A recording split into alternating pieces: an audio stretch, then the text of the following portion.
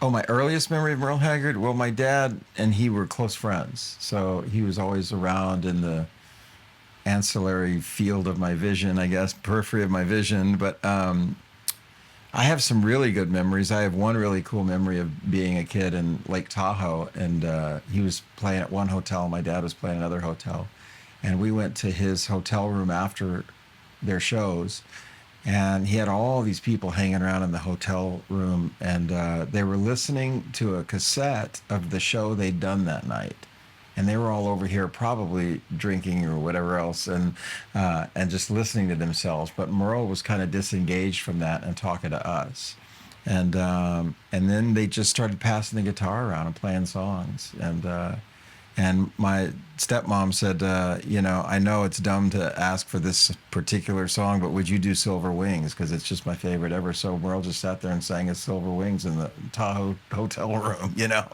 So that was pretty cool. And then he told us about a dream he had where he'd met a friend of his who died on the other side.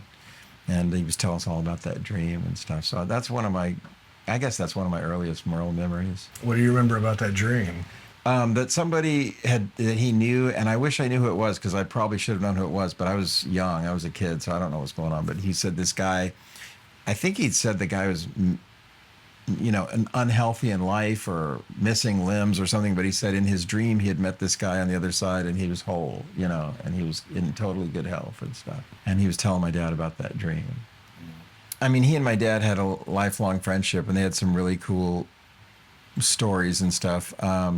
But my personal story is kind of interesting. We were doing a tribute album to my dad, and Merle was singing on it. And I guess technically, or not technically, Buddy Cannon was producing Merle on that session because Merle felt comfortable with him and stuff. And so I was at that session, and we're there, and I'm helping because it's a song of my dad's, and I know. I mean, I'm producing the session, but I can't. It's Buddy's session, so I don't want to step on any toes. I love Buddy, but Merle was getting the lyrics wrong. And it was unnerving to me because I don't think Buddy wanted to piss him off. So I said, Buddy, he's getting the words wrong. And Buddy said, I'm not going to tell him, you tell him. And he went and sat down. And so I start doing the session, and I got him to do everything but this one word. He still got the one word off, and we just let it fly because we could not get him to get that lyric right. So, but it's Merle Haggard, and I worked with him, so.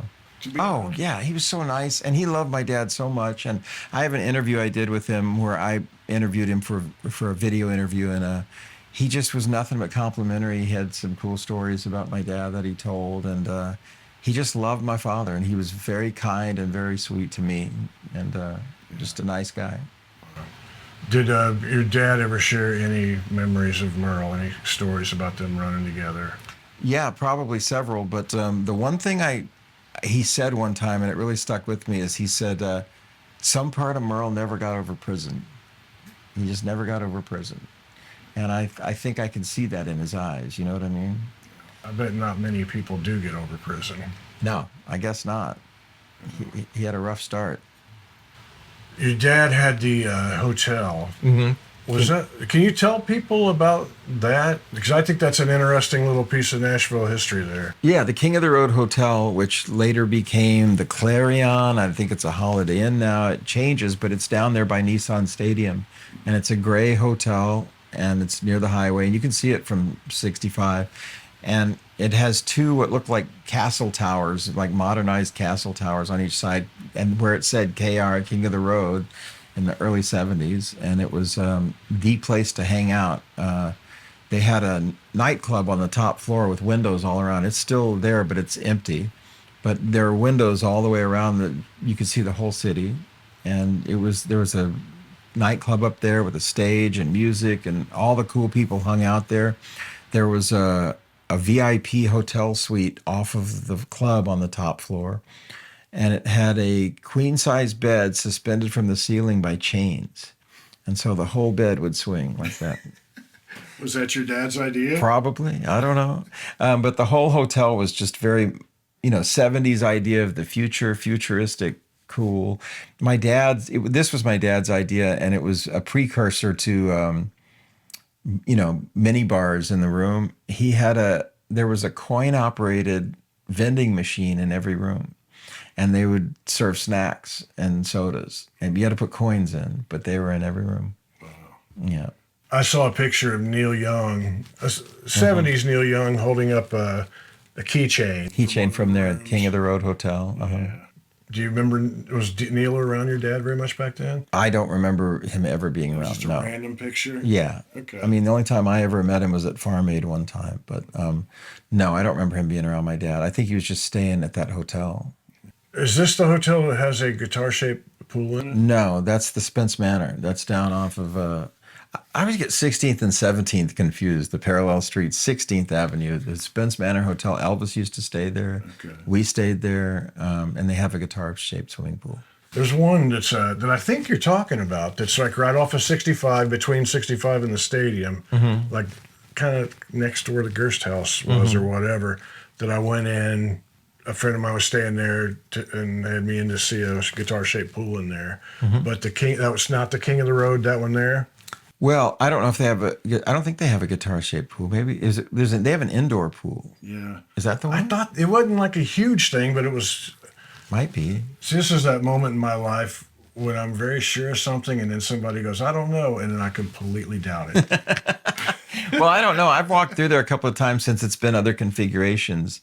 They used to have a picture of my dad, poorly painted pictures of my father on every floor as you got off the elevator, but those are gone. It's just a very sterile Holiday Inn now.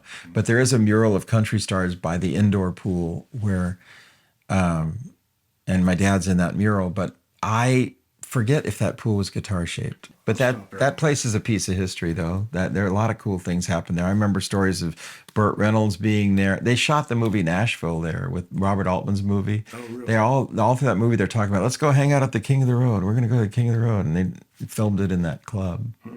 Was that a good investment to have? No, it was. It turned out to be. I think people were mishandling funds and all this stuff. My dad just got out of it. They started to try. They were going to try to have a chain of them. They had one in Valdosta, Georgia, and one somewhere else, but it financially imploded. I think there were some, unscrupulous characters involved. And my dad was not a businessman. He just put his name on it. Yeah.